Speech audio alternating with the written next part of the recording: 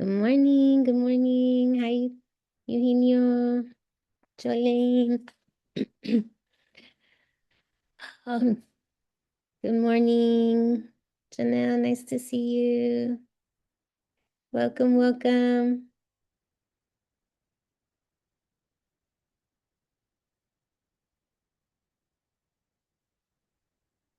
Lovely to be with you all. Hi, Jasmine, Daniel. Welcome. Hello. We'll get started maybe in about a minute. Just give people some time to arrive and settle, but really grateful to be in community with you all.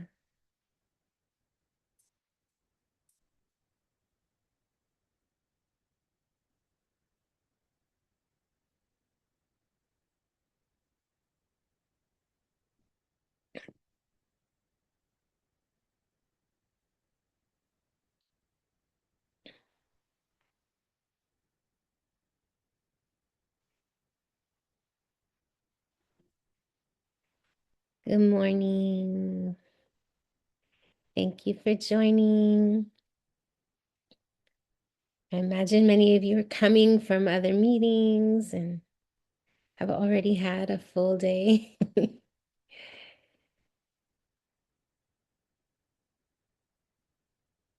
Welcome, welcome.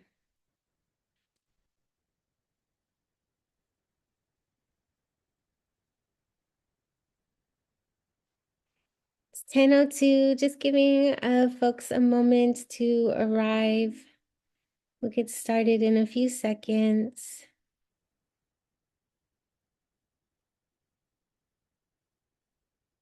Grab your charger, grab your water. You take a stretch or a breath. Welcome.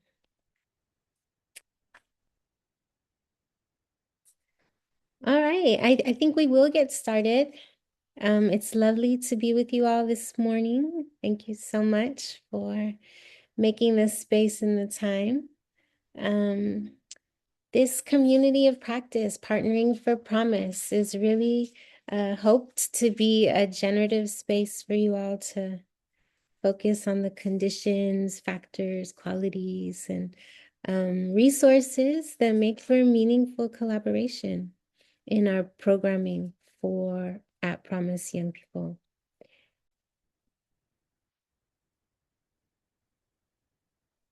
As we're settling into the space and creating a container for the next hour and a half or 2 hours, just want to give you a moment again, as we're all arriving, to catch your breath, to take a deep inhale,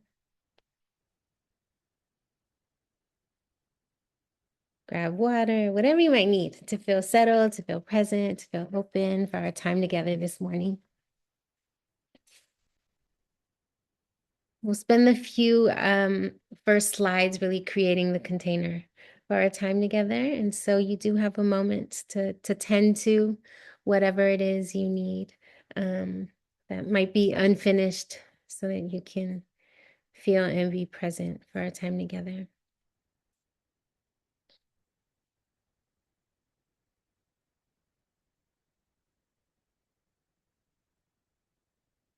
So welcome. My name is Oriana Ides. I have been in communication and our community with many of you already and before. Really honored to be in this space thinking about how we can create meaningful community and supports for your really impactful and powerful work.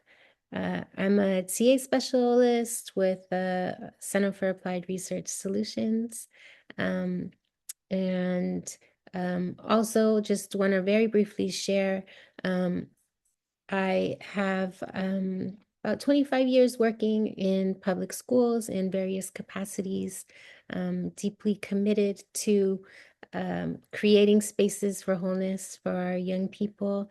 And that is largely what guides me, that intention. and that work, and a lot of who I am as I am here holding space and in space with you all. So just a brief introduction to who I am.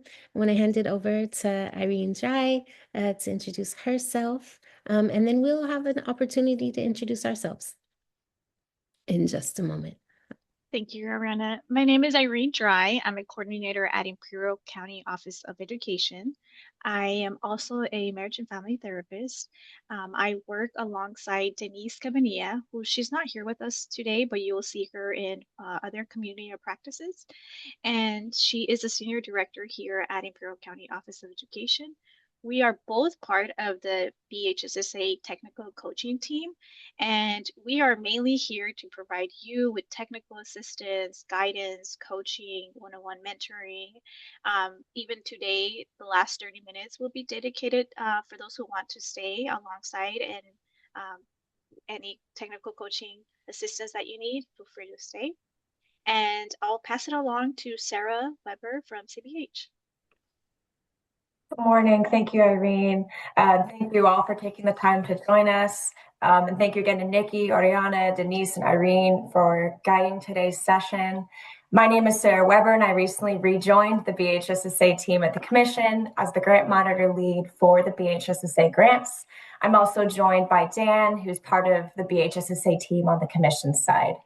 We're excited to continue working alongside all of you in supporting your county's programs and partnering with CARS and the TCTs to ensure that you have the resources and guidance you need to succeed. We look forward to today's discussion. Beautiful. Thank you. Thank you so much. We do want to share that you've probably noticed there has been kind of a switch or adjustment to who is holding this space here in a more pronounced way. Irene and Denise are part of the planning and the facilitation of our community of practice now. And Amy, who we deeply love and appreciate, is now holding a different community of practice. So that has been an adjustment to staffing, and that is new for this session and moving forward. And just want to name that you all still have access to her, and she is still very much a part of our work, and she's holding a different community of practice. So with that said, as we're introducing ourselves, a bit of who we are, where we are, what's kind of bringing us to this work in this space, we want to create opportunity for you to do that as well. We have a pretty substantial community connector planned in just a moment. So that is not this. This is just continued invitation for you to drop into this space to kind of notice what you're sitting with, how you're arriving to our time together. So the invitation is to find the chat and to share.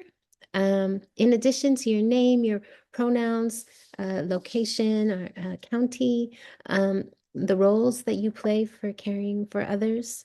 What's a feeling that has been visiting you lately? And so we'll give a moment for us to kind of think on that and drop into the chat your response.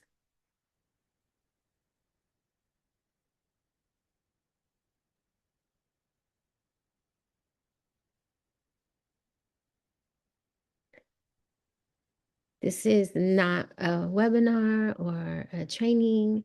This is really a space in which we are all actively creating the learning and the sharing. And so it's beautiful to see who we are, the roles that we play, and how we're arriving. So uplift the optimism and patience, happiness, sleepiness, curiosity we're arriving with. Yeah, so I invite you all to scroll through the chat and see who's here. We'll be spending quite a bit of time today introducing ourselves in different ways, introducing ourselves in our work.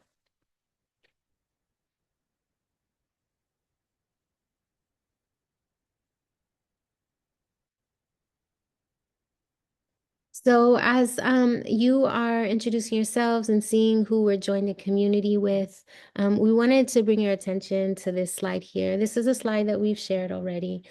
So some of you are familiar with it. Some of us are joining for the very first time. And so welcome, welcome if that is the case. Um, and here on this slide, there's a lot of words, there's some colors, shapes. The invitation is for you to read over it, to look at it closely, and to note where you're at in this chart, the similarities and connection with other counties and focus.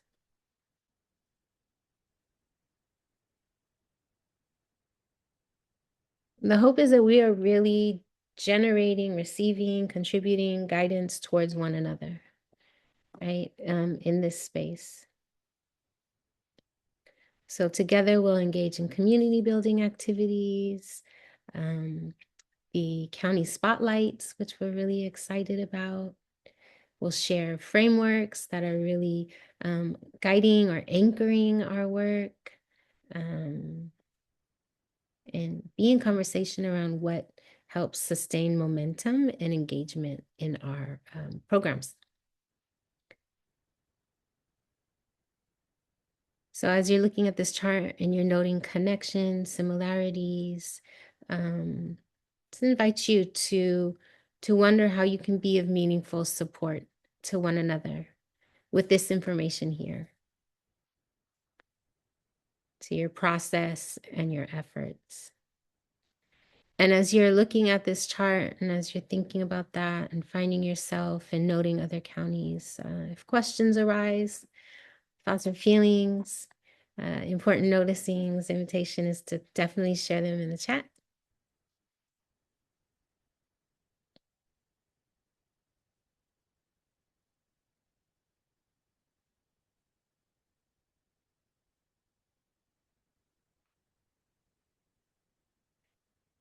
Um, Please do at any point use the chat, unmute, use emojis to be in communication, to share your voice, your curiosity, your expertise. We are here on the yellow first kind of column on this chart.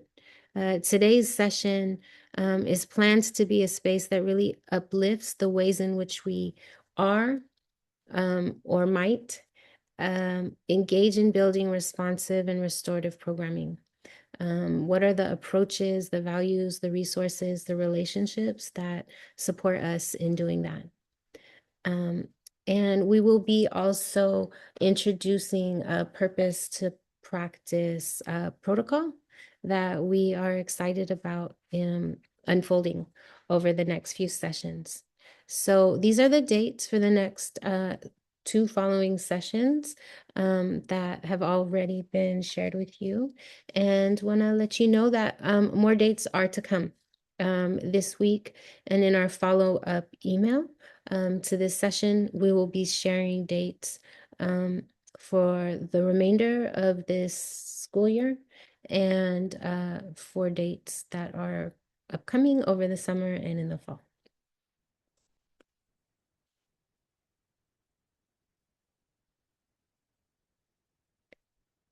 To give a bit of a preview, I won't read this word for word, but today is really about building connection, introducing our programs in meaningful ways. We'll be exploring the healing-centered engagement framework a little further. We began to in our last session. Today we'll be thinking about responsiveness and pivoting particularly, and what that framework has to offer. And then we'll engage in a kind kind of journaling, reflective practice that invites us to think about pivots we've made or are needing to make in our work based on external conditions that we're faced with. We'll close and look ahead.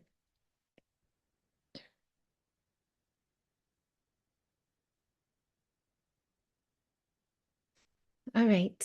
So as we kind of settle in for the next 15 minutes of some meaningful sharing, want to introduce or kind of anchor our sharing in this quote here, right? We are all collectively wading through some pretty intense times, right? There's waves of uncertainty, of loss, of fear that are permeating many of our personal lives, many of the lives of the young people we are supporting, our staff, right? And connection, community is absolutely the medicine, right? That will sustain and support us through these moments.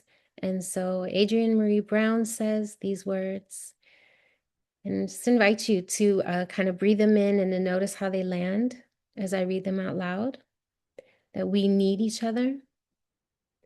She says, I love the idea of shifting from mile wide, inch deep movements to inch wide, mile deep movements. What is that shift? Right? Today is a space where we're exploring shifts. What does that paradigm shift look like and feel like for you in your work? Might it make space for in your work, in your bodies, right? In your hearts? I invite you to share in the chat how this quote resonates with you, what it means to you, what and how it sparks maybe curiosity in you.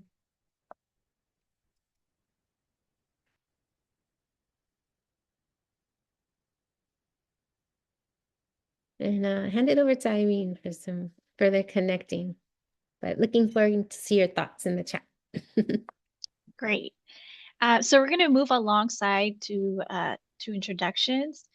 The goal of a community of practice is to get to know each other, to share interests, to problem solve together, to discuss those challenges and expertise, to develop our growth collectively and individually. And we can't do that if we don't know each other. And I see some familiar names, but I also see some newer names, especially because it's been a gap since the last time we saw each other. So it was in October. If this was in person, I would be ecstatic and excited because we could see faces and join in community. However, we're working via Zoom. So I really want to challenge everybody to really build this community. And earlier, Orana shared this chart of similarities and differences that we all share. Some of us are from south of California, southern, north, right? Or the north of California. And however, even when I hear other people talk about their county, I see similarities and I learn from other communities. I even challenge myself. I come from a very small town, but even challenge myself to go visit other counties in order to learn from them. And hopefully, if sometimes it might work for my county and sometimes it doesn't, and that's what we're here for, right? To share the knowledge that we all have. And so before we do, though, I am going to start with a quote from Priya Parker. She states that the first step in convening people meaningfully is committing to a bold, sharp purpose. So committing to a bold, sharp purpose. With that, I want you to reflect on what feels like the bold purpose that is guiding your work with youth right now. I want you to reflect as an individual or as a program or as a project. What is the purpose that is guiding your work? And purpose, the word purpose is going to be thrown around throughout this session today. So just so you know, we're going to be also furthering the purpose. And so we can learn from each other as well. but we're going to go around and introduce ourselves.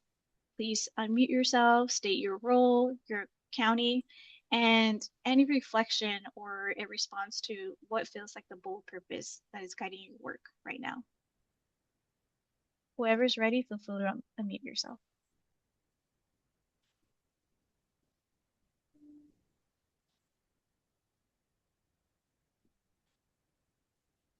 I'll go. Thanks for the invitation, Irene. So my name is Jonelle Amaker from Tehama County Department of Education.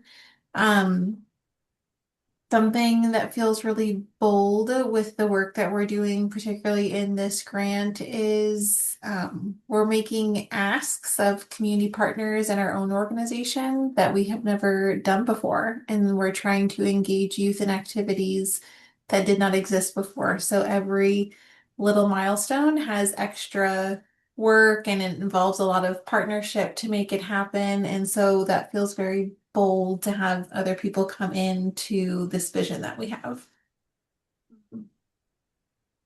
I'll go next. My name is Michelle Ballinger, pronouns she, her, Aya.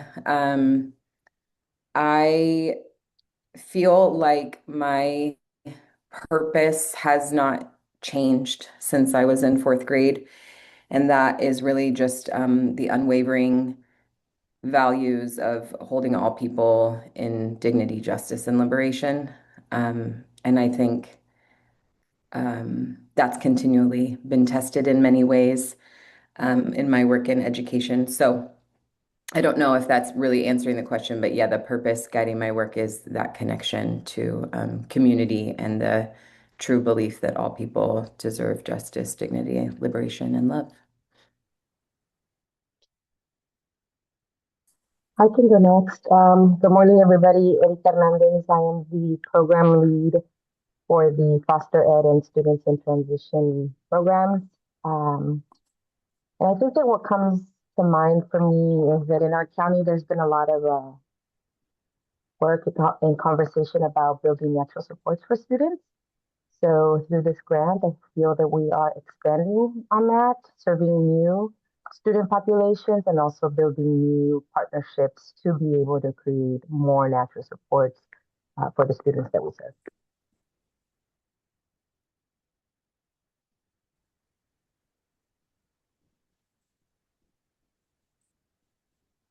I can go next. My name is Karen Lamb, and I'm with the Orange County. My role is manager of mental health and wellness. And our program that we are supporting is our Youth Empowerment and Ambassador program. What feels bold is that we are coming across a number of logistical barriers, MOUs, and just different stakeholders having their views on what the program should be when it was really intended to have it be informed by the youth. But because of the logistics, we haven't been able to onboard the youth. What feels bold is I think we have a strong team and a manager that's really passionate and committed to the work. So even though we're coming through these obstacles, the boldness of just pushing forward and still feeling really passionate and connected to the work. Love that. I can go next. My name's Caroline O'Neill. I'm with the Healthcare Agency of Orange County, and actually we are collaborating with Orange County Department of Education with Karen's team, which is why I figured I'd go next. It probably made sense. But we're basically like the liaison for this grant. So OCDE are the ones that are going to be providing the direct services. I guess what feels bold and just to kind of add to what Karen said is the passion really that they really are feeling towards providing these services. They have been able to do a lot of preparation for onboarding. There's been a lot of meetings that OCDE has held. They've been really are trying to engage different youth organizations to be able to be ready. So there's been a lot of work behind the scenes. So I feel like that's also kind of talks about, their passion and commitment to this grant as well. Yeah. I'll go next because again, like Carolina said, it just seems appropriate. So I actually am part of the OCDE team. My role is project manager for the Youth Ambassador and Empowerment Program. For me, I think that what seems bold is we don't yet have the ambassadors, unfortunately, because of systemic constraints. But I think my experience in working with the youth, with foster youth, for a number of years, is that I get to be somewhat of their advocate, and elevate their voice in what I've seen, in trying to get this work started. So I think that has given me the opportunity to kind of bring it back to what the purpose is in supporting at Promise Youth.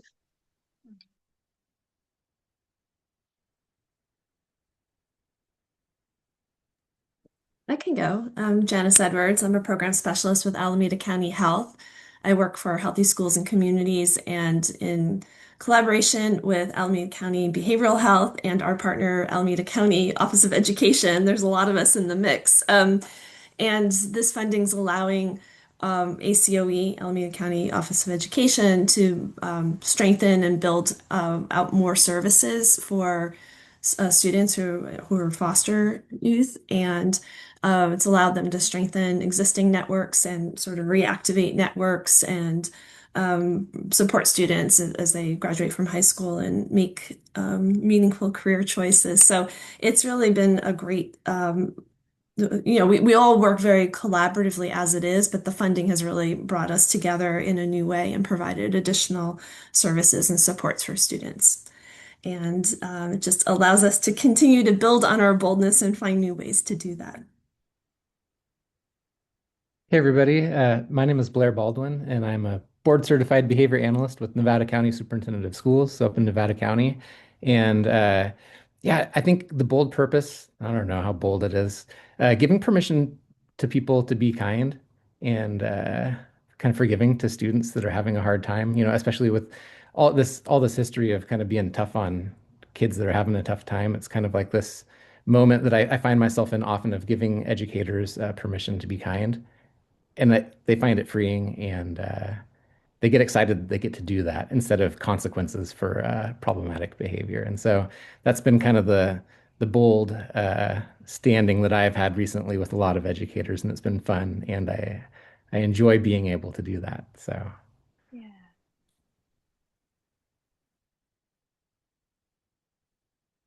Hi, everyone. I'm Josai. I work with Blair, also in Nevada County. I'm a behavior analyst supporting in the schools. And similar to Blair, a lot of the purpose is simply kind of teaching that compassion to the students who are working with students with interfering behavior, and also really placing the emphasis on the skill building component as well, of understanding what is difficult for the students and what areas do they need to grow, as opposed to kind of focusing on that interfering behavior and the negative stuff.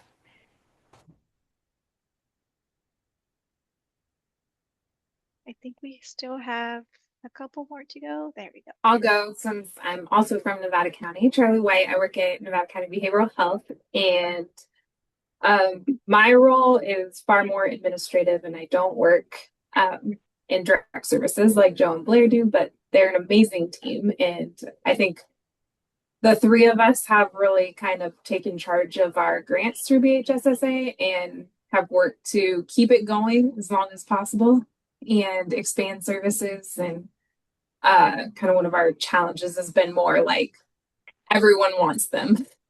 Everyone wants BCBAs and wants services, and trying to keep services going and make sure the students are getting what they need. So, but they're really the superstars that work with students.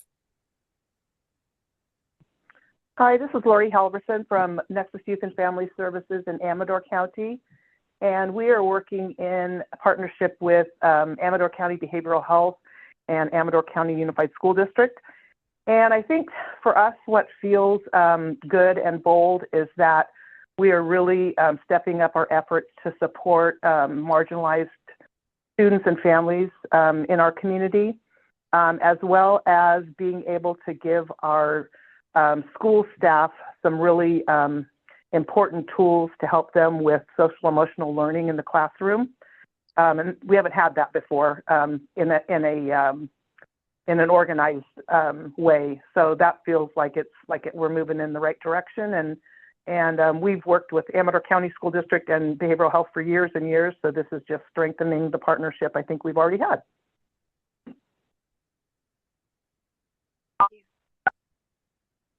I can go next. Hello, everybody. My name is Eugenio Tapia. I work in Trinity County Office of Education.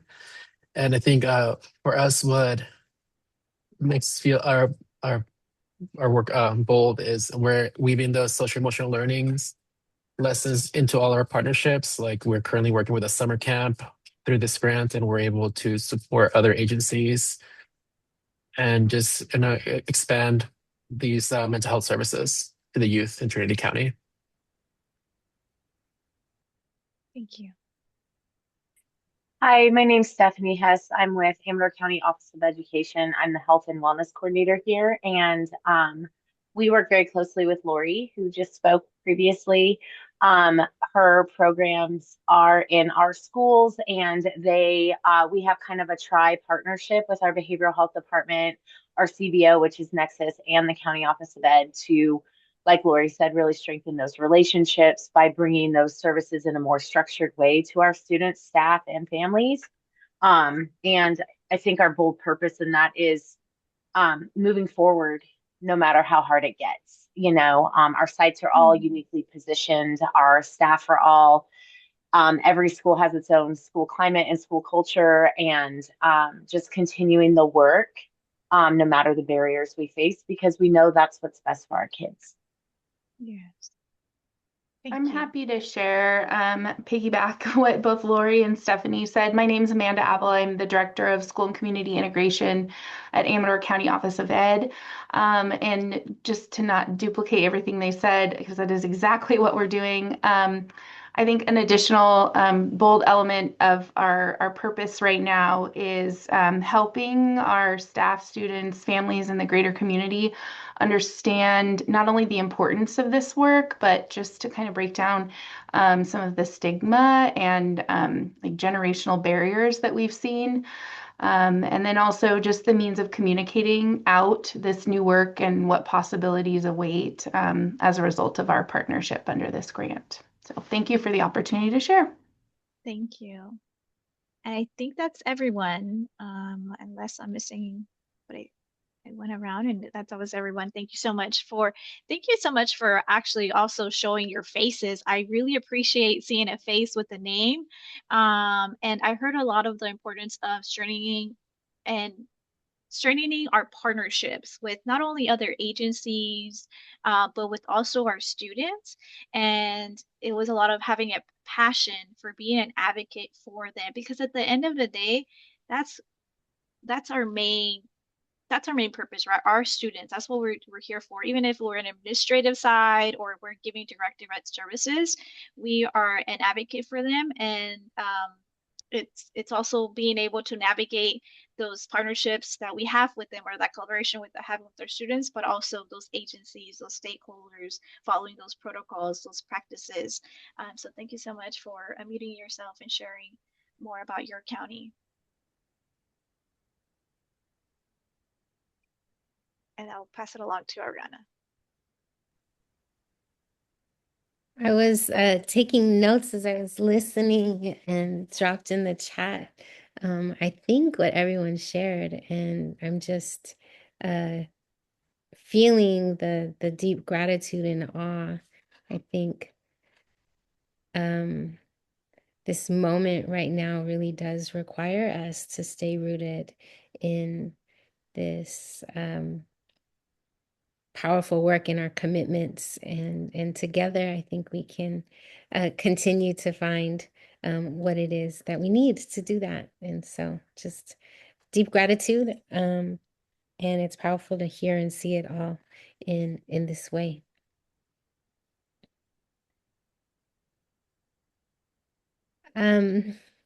And so we want to kind of continue to think about, as we're planning this community of practice, we heard in our kind of surveying informally and through the Google Doc we shared in the last two sessions, like what were some of the things that you really wanted from our time together?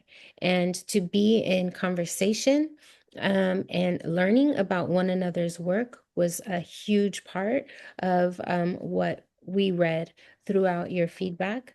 And then also to kind of learn new, be in grappling conversation about new frameworks and ways to bring culturally responsive practice to our work was something else that was mentioned through conversation and in our feedback forms. And so last session, we introduced Dr. Sean Jen Wright's framework, the healing-centered engagement. And just wanted to, before I share a bit more about it, and specifically we talk about what with the power of pivoting and shifts as it pertains to his framework. Just wanted to take a moment to invite people to unmute and share what you recall from this framework. Maybe it's already alive in your counties or in your work or your programs. Maybe it's something that you remember from our time together way back in October. But just wanted to give a moment and allow us to kind of recall or reflect what we know about healing-centered engagement.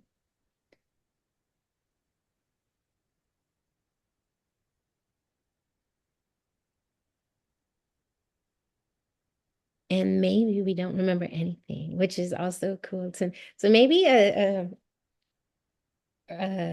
emoji in the chat if you have any kind of prior knowledge around this framework, what it is, its tenets. Beautiful. All right, Michelle. Yes, beautiful, Stephanie, the 4 pivots. Yeah, we'll be kind of walking through them a bit today. It's a really incredible book that he wrote called The 4 Pivots that I highly recommend.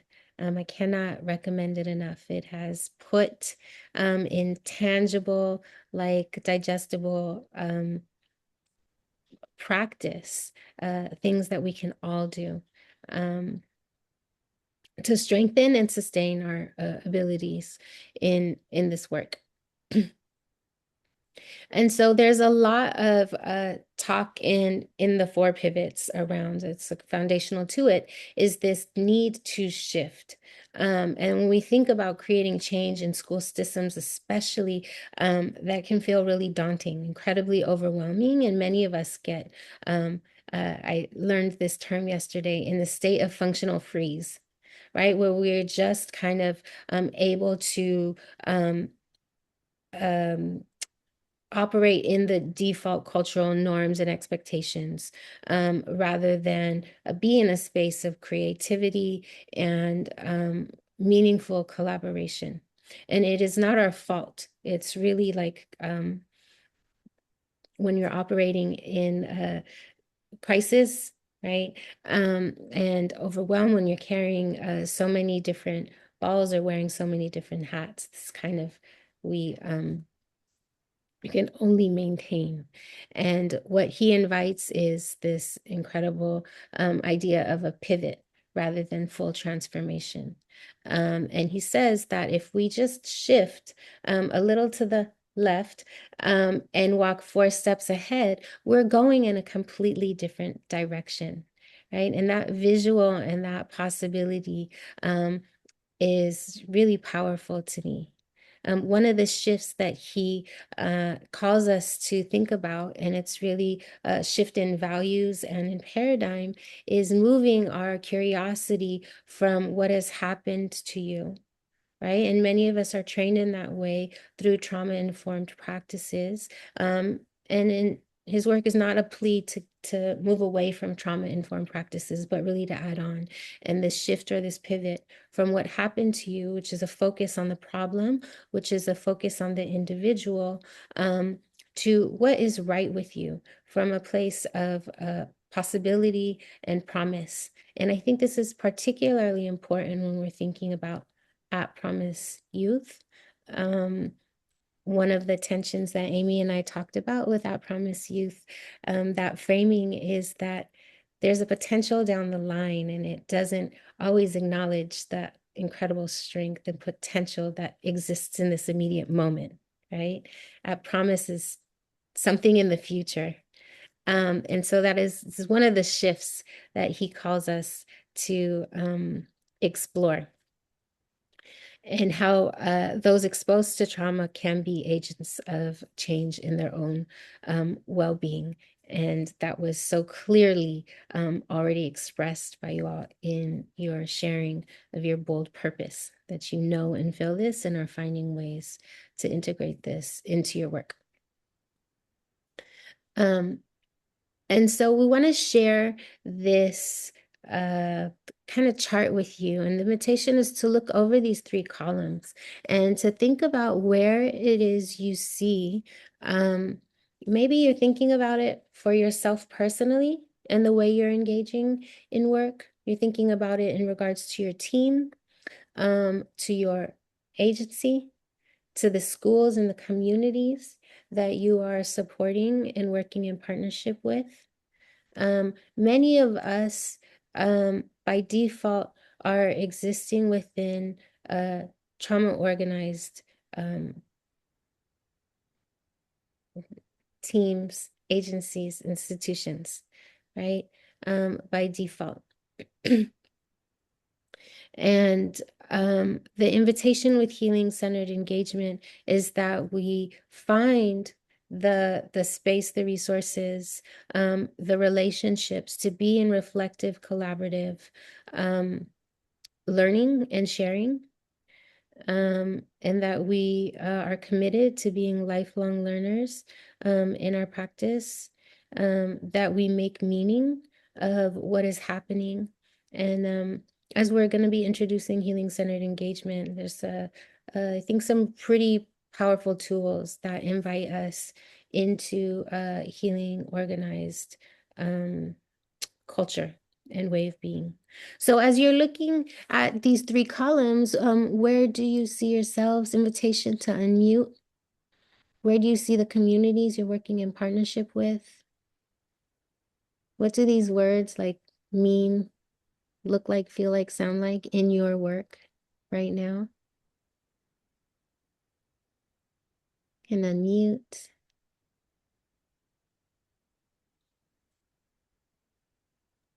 I just want to comment that the graphic that you had on Sean Jenritz's work before was great. That's the foundation of one of the foundations of the work that we're doing, and it was just really neat to see it organized that way. So thank you. I appreciated that a lot. Anytime I'm asked to like sort of reflect on, right, the work that I'm so fortunate to be a part of, it's challenging because I feel like if it was like the way in which I'm trying to work, the way in which my department's working, and then the organization, they're all very different. I do find that in education right now, a lot of us are operating from that functional freeze for sure, and trauma organized, kind of reactive, fragmented authoritarian leadership that we default on. And also I feel hopeful because there's lots of spaces in which there's collaborative time and really trying to nurture the creative and nurturing, making meaning out of the past and thriving through our mistakes and engaging with community in a way that really learns from their trauma-based wisdom. And so, yeah, I guess I feel kind of all over depending on where I focus, but I appreciate the opportunity to reflect. Thank you. Thank you. Yeah, and I imagine many of us see ourselves in our partnerships, the communities we're working with. Scattered might not be the right word, but across all 3 columns for sure. Yeah. Anyone want to reflect on what was just shared? Here are the chart where you're finding yourself, your partnerships.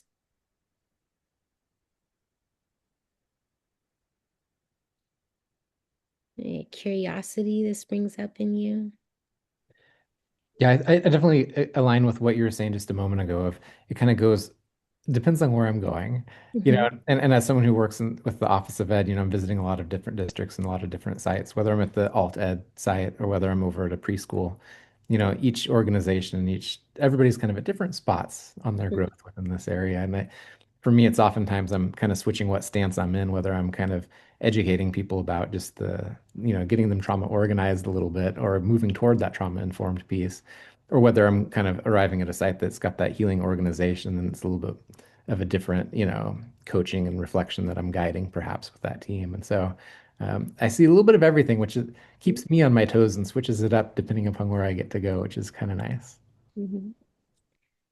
Yeah, and what a beautiful opportunity to bring what you see to other places.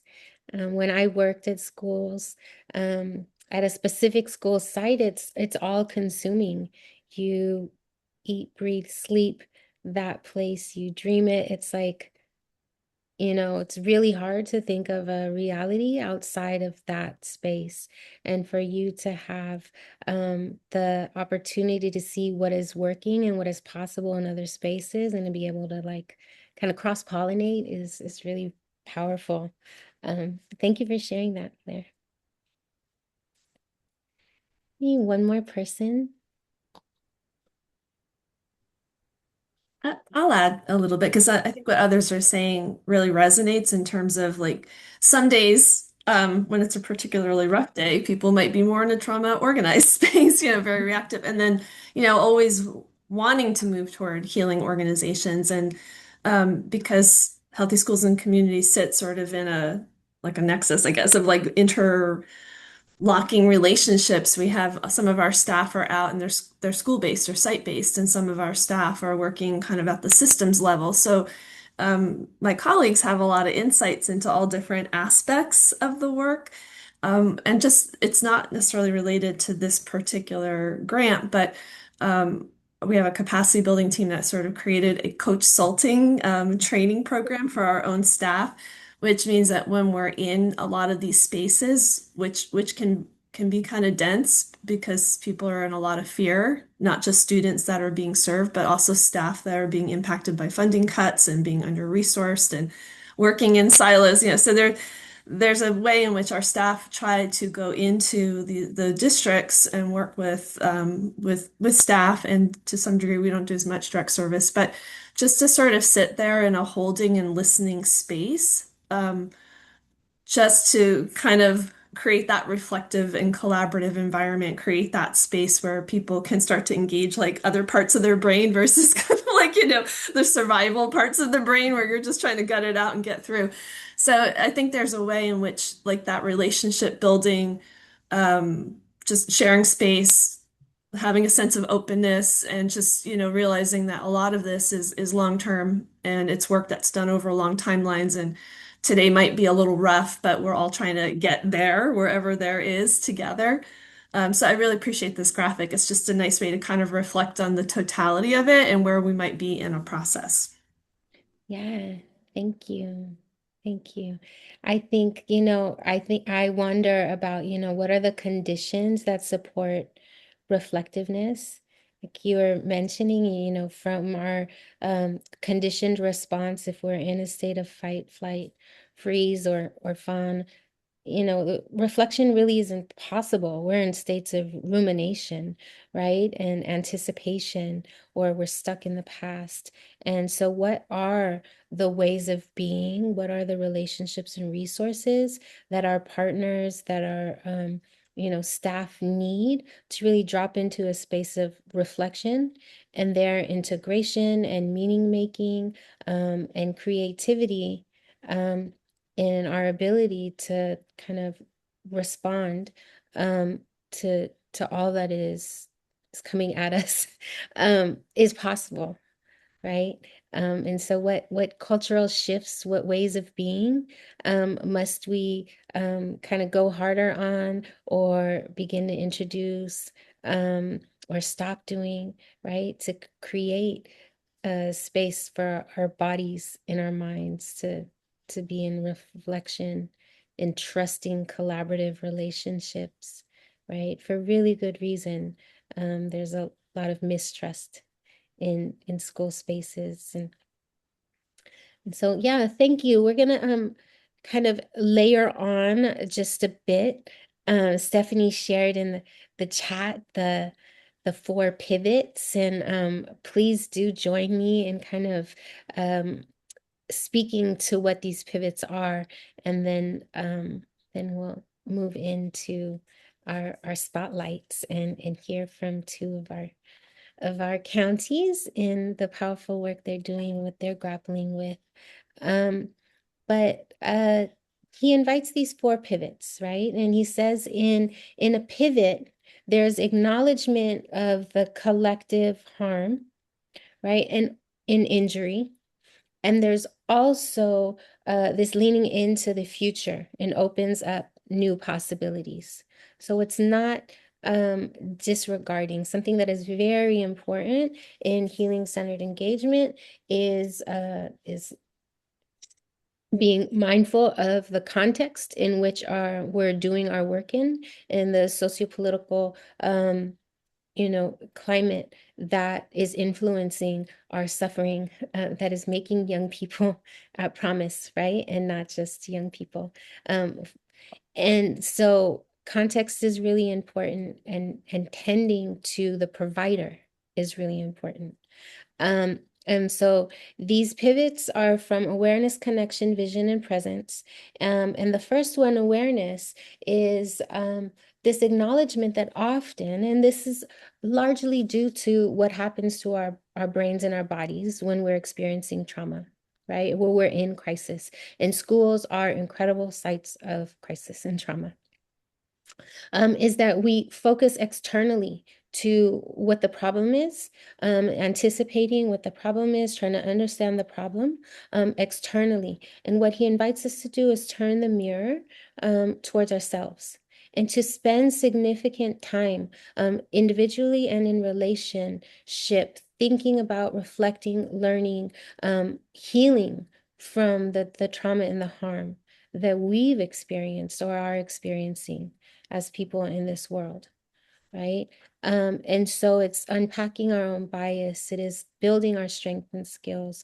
It is knowing what our trauma and conditioned responses are, right? And acquiring the tools and support to not cause further harm to our young people.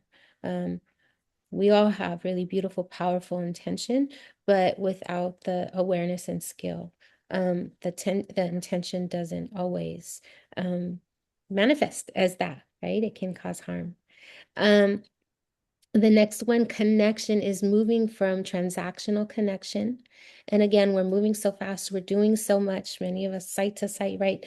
How do we create space for transformative, meaningful, purposeful, intentional connection, right? Where we are creating opportunity to be seen and to see others, to hear and feel, to develop empathy and meaningful connection with others. So that is one pivot from transactional to relational or transformative connection. I met with a principal in Chicago recently who said he's made it his mission to ask one person a day, "No, how are you really?" And he schedules it in his calendar, and he allows half an hour to it. And he says that 9 times out of 10 that there will be tears before there's even words, that we're holding so much, right? But that's his one effort a day to make transformative connection. The other is vision.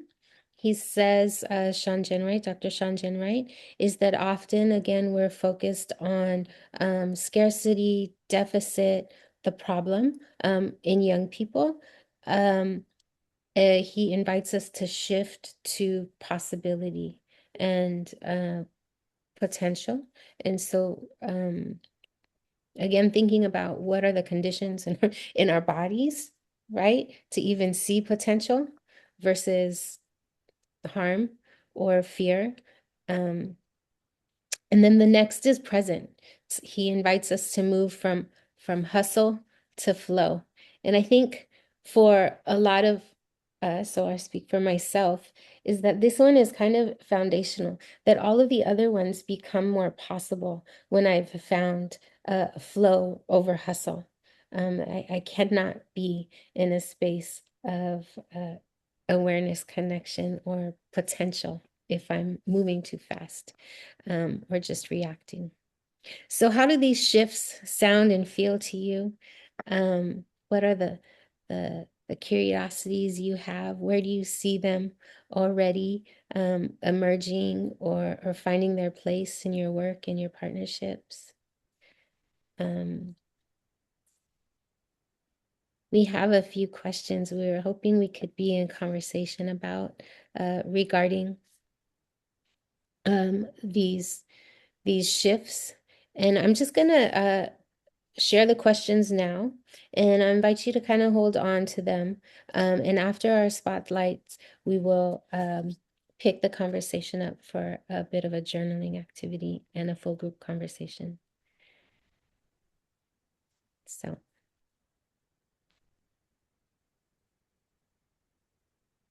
I'm gonna hand it over to Irene. Thank you. As we continue to learn from each other, today we're having two grantees that will share an overview of their program, what they're excited about, as well as share what they're grappling with, some challenges that they're encountering. During this spotlight, I would like to invite all of you to notice some similarities, something that you might be resonating with, as we after each spotlight we'll have time to reflect and even think about maybe if they have some challenges and you have some solutions or some suggestions, you're more than welcome to share those. And so today we're going to start with Jasmine Rivera from Orange County Department of Education. Feel free to unmute yourself and let us know about your program. Thank you, Irene. So our program is a youth empowerment and ambassador program, really designed to provide foster youth with mental health and wellness education and awareness to really support the development of their leadership, advocacy skills, and also positive relationships and connections with their peers and also with supportive adults. The hope is to really provide a safe space for the youth to elevate their voice, to share their lived experiences, and so that they can also inform the program and inform other initiatives, or whether that be in the community of where they live and even in their school settings. A point of pride, something that, I'm excited about, even though there's been a number of challenges, is just being able to get the work done with the youth, to start, and just the number of possibilities that can come up with being able to connect with them.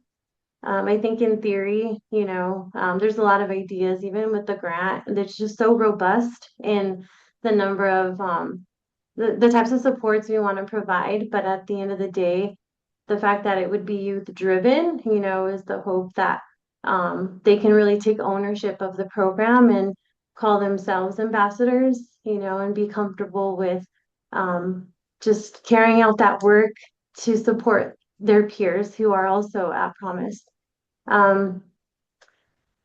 Another thing I want to say that we're proud of is just being able to leverage, even in the planning and communication with other internal partners, is really being able to connect with the existing partners like foster youth services, a transitional housing program here in our county, to just inform them of our work so that we're, building a bridge and being supplemental, complementary to the work that's already being done. And particularly with the transitional housing program, just building the relationship with them to get their buy-in and their feedback as to what they are seeing with the youth that they're working with, so that we can hopefully go in there and that their feedback will really guide our approach to the working with the youth. as we begin, hopefully. But however, the challenges that we're facing, like I said, mentioned before, it seems like they are systemic. And because there's legal considerations with this population, there have been some a little bit of just hesitancy, maybe like even conversations as to maybe a possible needing an MOU for, liability reasons and whatnot. And so we want to be mindful of the agency we work for, right? And honor our partners and really consider that can be something more of a safety parameter, right? Just for both parties, for us and the youth. And so hopefully once we get that settled, we can start working with that particular site. But we are figuring out other ways that we can support foster youth with our partnership with Foster Youth Services. We're planning on entering just their scope of work and what the connections they already have in place with their group homes, which are STRTP, short-term residential placement or treatment placements. And so we're excited.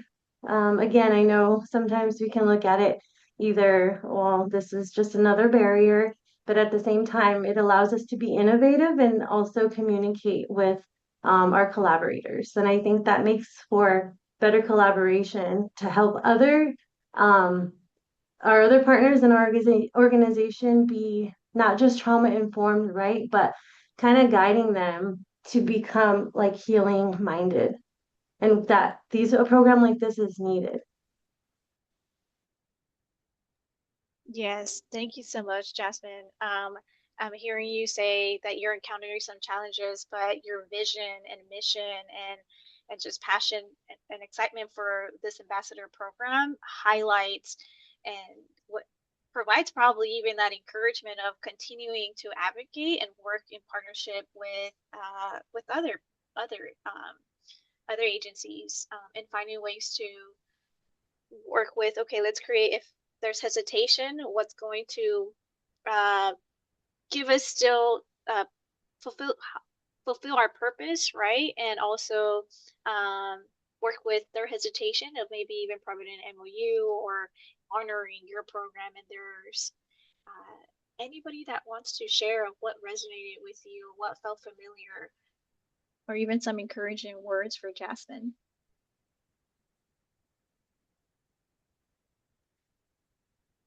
This might be cheating because I work with Jasmine.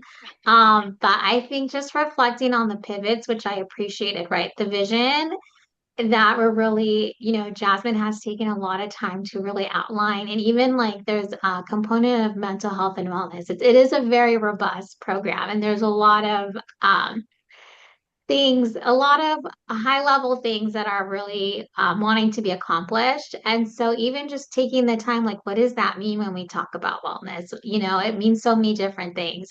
So, I think there's a lot of that, the connection, right? And really being intentional, like connecting with the staff that are supporting the Promise Youth, connecting with just existing um, resources and really strong programs. And I think that has taken a lot of forefront into it.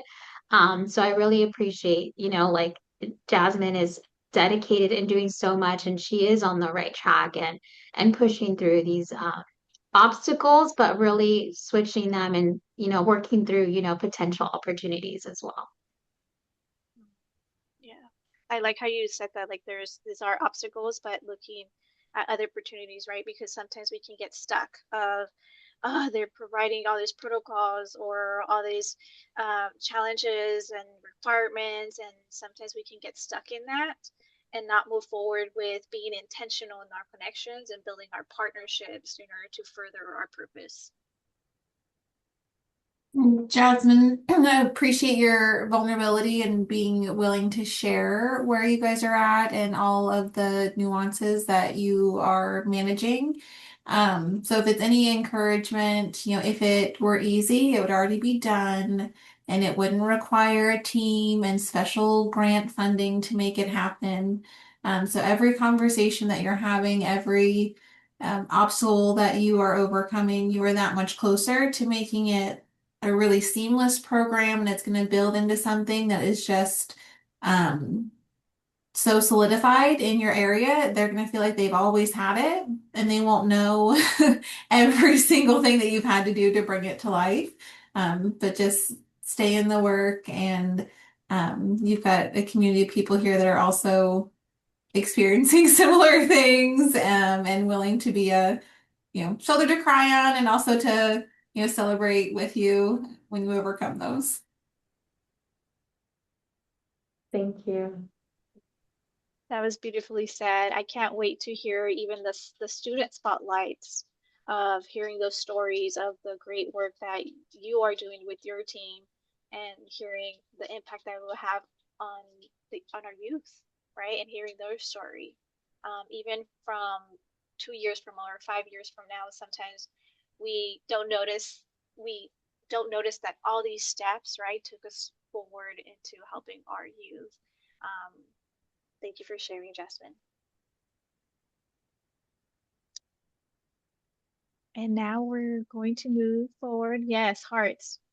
That was beautiful. Now we're going to move forward with Michelle. Michelle, go ahead and unmute yourself and feel free to share your program. Hi, everyone. My name is Michelle. I want to also just say I'm impressed with how concise you were, Jasmine. I have notes that look like this. So if that lets you know where we're headed, I will do my best, but I can't promise to be as smooth as Jasmine was. I work for the Sonoma County Office of Education in the Behavioral Health and Wellbeing Department.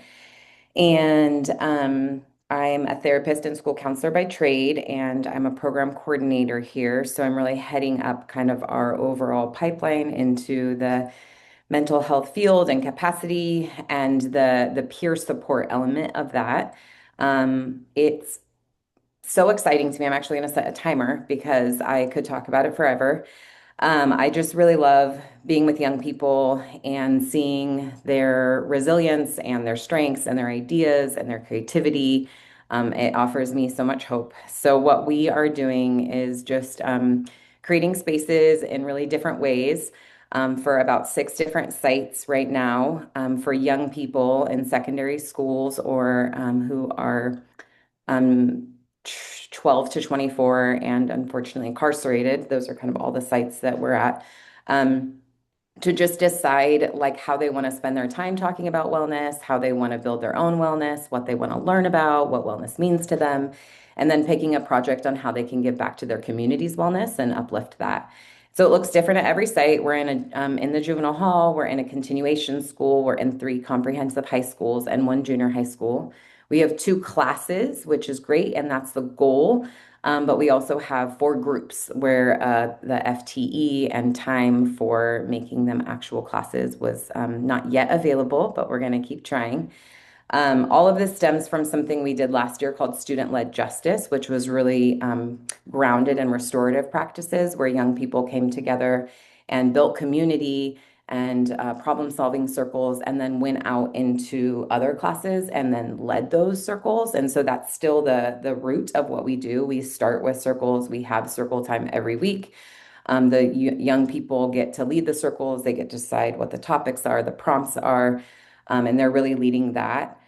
And I think what's beautiful about that is that it's one of the non-negotiables of our program is that people with what we call non-traditional leadership skills are the center, people with lived experience. So oftentimes we get teacher nominations, and there's similar students who are often uplifted for what they see as leadership skills. So we really push them and ask them to look for social capital, look for leadership that maybe you think is steered in a different way that we want to steer back.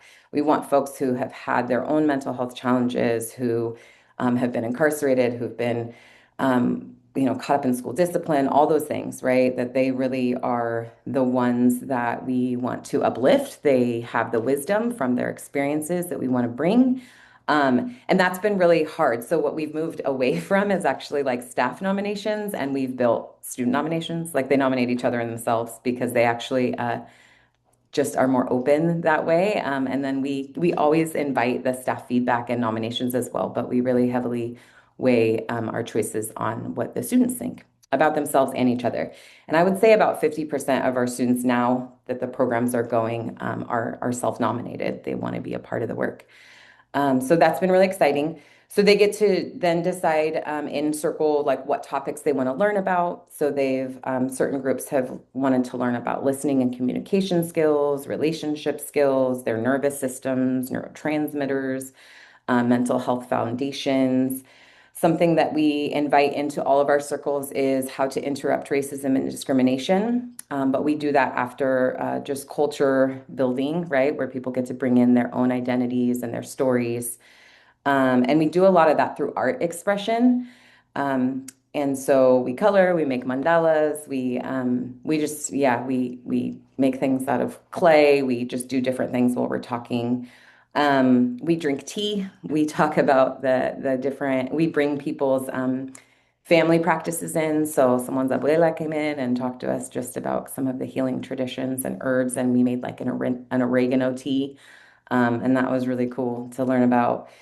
We've partnered with the Botanical Bus. They come in and do like Reiki or acupressure and teach about that, and different kinds of just ritual medicine. So we have an opening and closing ritual that they get to decide for every time we're together. Oftentimes, the closing is inspired by Dolores Huerta and Larry Itliong and doing sort of, a unity clap, but just having some kind of ritual. And we are starting to get more open to like mindfulness practices and I like to talk about like mindfulness doesn't have to be still and quiet. So we do a lot of call and response and stomping and clapping and moving around. And like I said, I could talk about this forever. So um, I will not keep going, but one of the things I would love to share is just that like one of the projects at the continuation high school was to build a little wellness garden and decorate rocks and just like build, or plant some succulents and tend to that. And because at the continuation school in the hall, that's me telling myself to stop talking, that they graduate and change, like the students are in and out, right? And so this was something that a few of the students that were gonna graduate or go back to a comprehensive school wanted to like leave a message for other youth. And then we get to invite new youth and they continue to tend to that. And it sounds like it's been really easy the way I'm talking about it. And I can just like promise you it has not. Like we've had like straight up fights in group, like stuff has gone down, right? So I think just like really holding like uplifting the strengths and the gifts and growing that and like just them getting to be nominated for something and be seen as like leaders of wellness. They're like, what? I got, like it's just so cool. And I think even if we just sit together and like do that, there's just so much healing and hope that's come from it. And so I would like to share a picture if I could. I think, can I have access to share? Or do I need to send it to you? How? Nikki, can you give her access? I won't share anything wild. Yep, oh, that's fine. Yes. One second. Actually, that makes me think one of the most fun things we do is make a group playlist. It's hard to find clean versions of these songs so often, but okay, let me see. All right, you should be able to know. Okay, cool. So of course, okay. I think so yeah, this is in the upper left, we have our junior high school group, which is actually a class. They go once a month to the Redwood Empire Food Bank to get back to their community. A lot of them get their food from this food bank. And so it's an interesting thing to just talk about what that feels like. And it's been really, yeah, meaningful. I think that a lot of them have a lot of pride in feeling like they can contribute in that way. The bottom two are like the wellness garden, who's a pit bull, which is very exciting. And she goes with me everywhere. So they wanted to be able to do a little wellness workshop at one of the schools in the wellness center. And then Chile was like the big, everybody got to pet her. And that was the exciting thing. So yeah, well, thanks so much for letting me share. I will stop sharing this now. Thank you, And Michelle. I know you mentioned that you could keep talking about it, and honestly, I could keep hearing you. I love the intention, your spirit, your passion, just like this student center empowerment and creating a space for them. Thank you for those pictures too. That was beautiful. Yes, keep showing that love. That was amazing. Yes. Anybody that wants to share or even also something that you resonate with or felt familiar or even want to highlight with what Michelle just shared with us?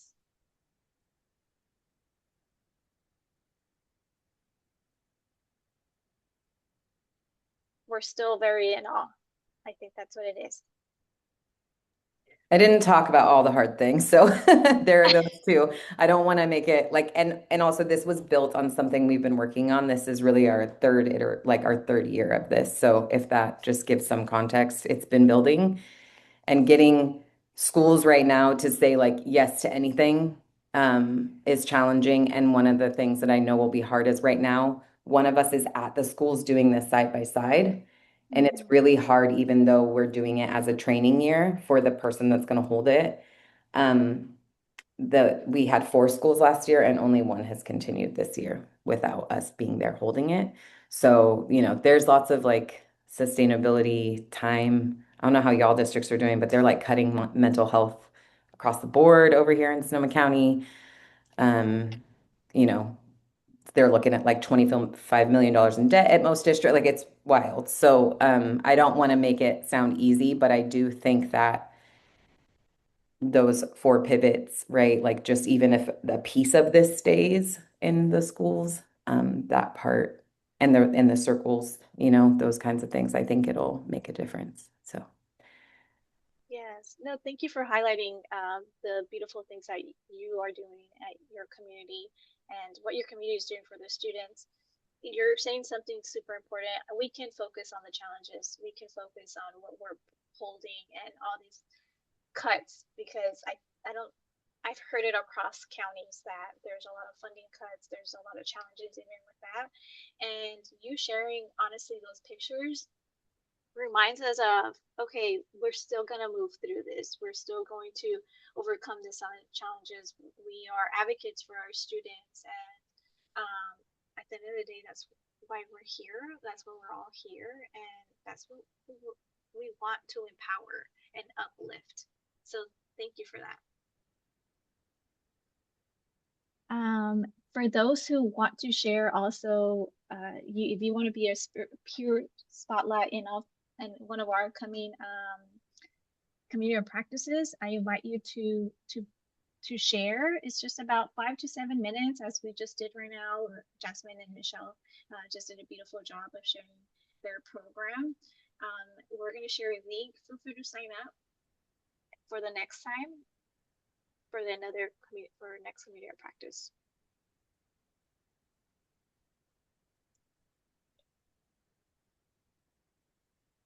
And we're moving along. I think Nikki, you're sharing the link on the chat. I am. I'm sorry because of the computer switch. I'm gonna get it to you guys in just a sec. Okay, thank you so much. And I know we're almost out of time. We only have about 12 minutes left until we transition to if those who want to stay at 11:30 from 11:30 to 12, feel free to stay for that technical coaching team space. Ariana, go ahead.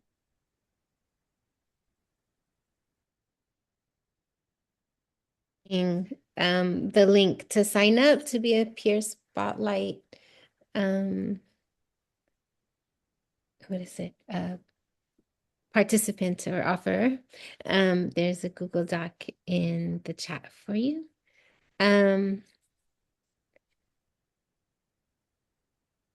See here. So with our remaining time, we want to just kind of give a preview of a protocol or process that we had in mind for inviting the support of this shift to healing centered, right? Really creating with intention and structure space for reflection, connection, collaboration, bringing in information around context that is really important for us to acknowledge as we're making shift and pivot. And so the protocol that we were thinking to invite is from an organization called Liberated Structures that some of you might be familiar with.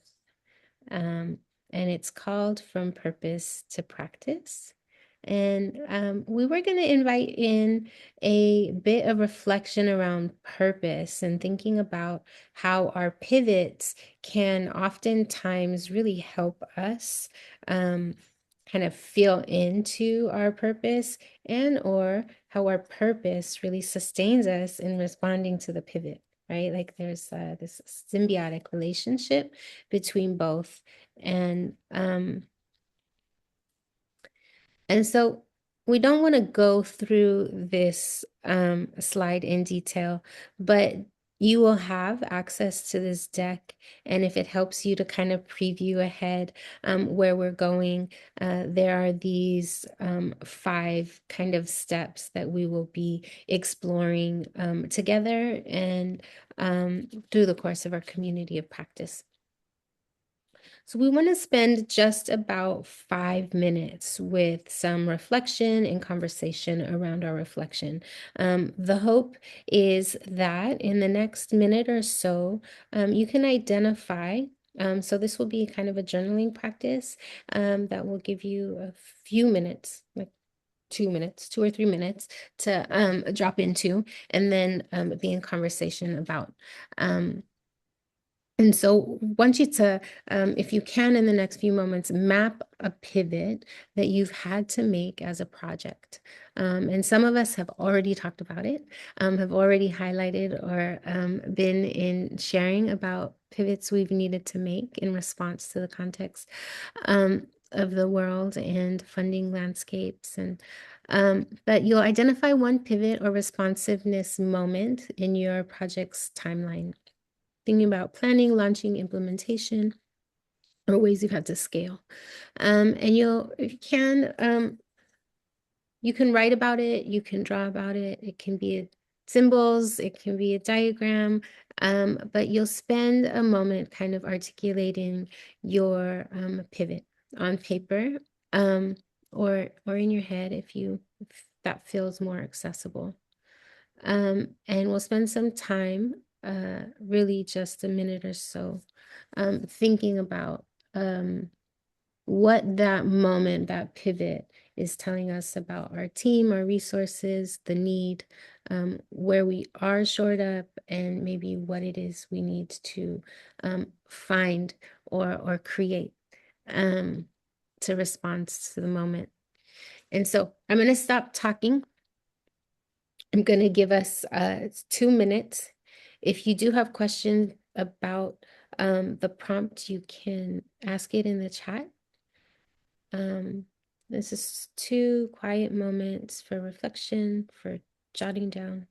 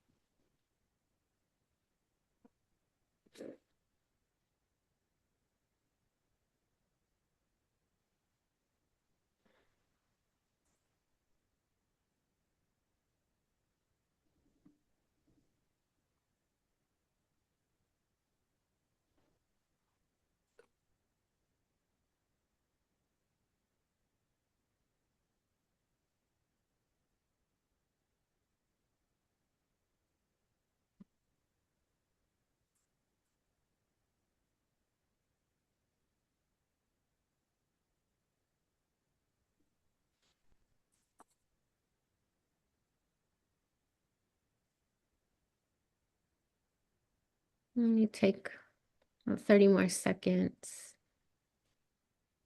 to reflect, to notice.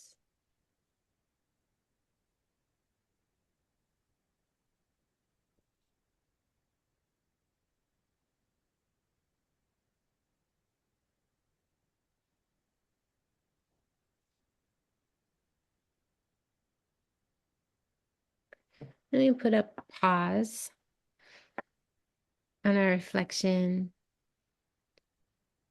and engage in some collective or group noticing around what came up with just the 2 minutes to identify a pivot.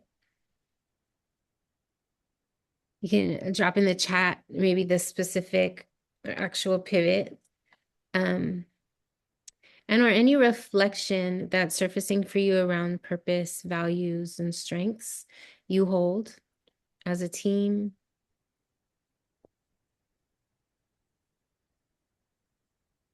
What external conditions or resources, internal resources supported your responsiveness. Thanks, Janelle. Leaning into our strengths and being patient with our areas of growth. Yeah. Yeah. What do we need to release in order to be patient? So much, right? Conditioning. It's not easy work. Thank you for sharing that.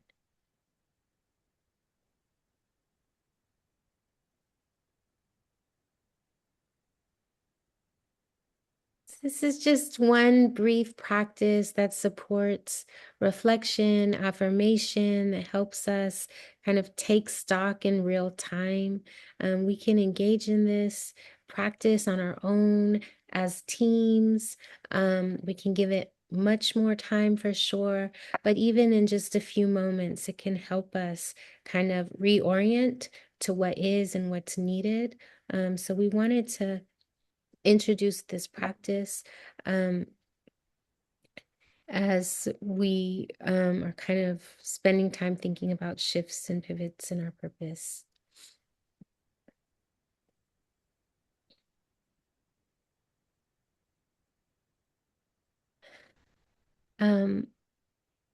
So in our closing of this time that we have together, not our closing of our session, Irene will still be here for the next half hour to engage in conversation, coaching. You guys can continue to resource each other.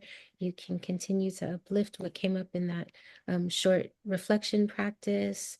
But we do want to share the hub with so many different resources and really ask that you do check this space out and access it for tools and resources.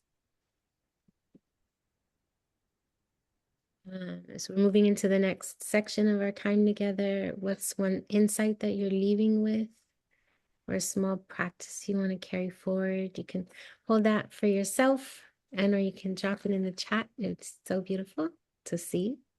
I'd enjoy seeing it.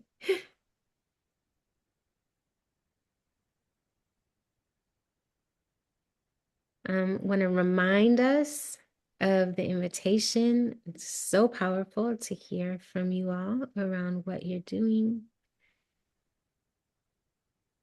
Yeah.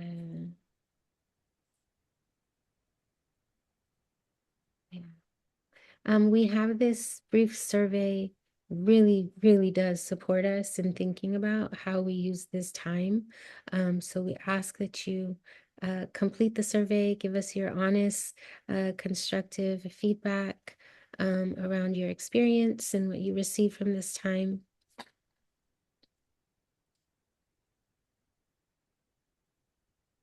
And here is a QR code that would support you in getting one-on-one TCT support. And so with that, I deeply thank you for all that you shared and your energy, your words, your experience, your work in real time, and hand it over to Irene. Thank you. Thank you. Thank you. If you want to stay, feel free to stay. If you need individualized coaching,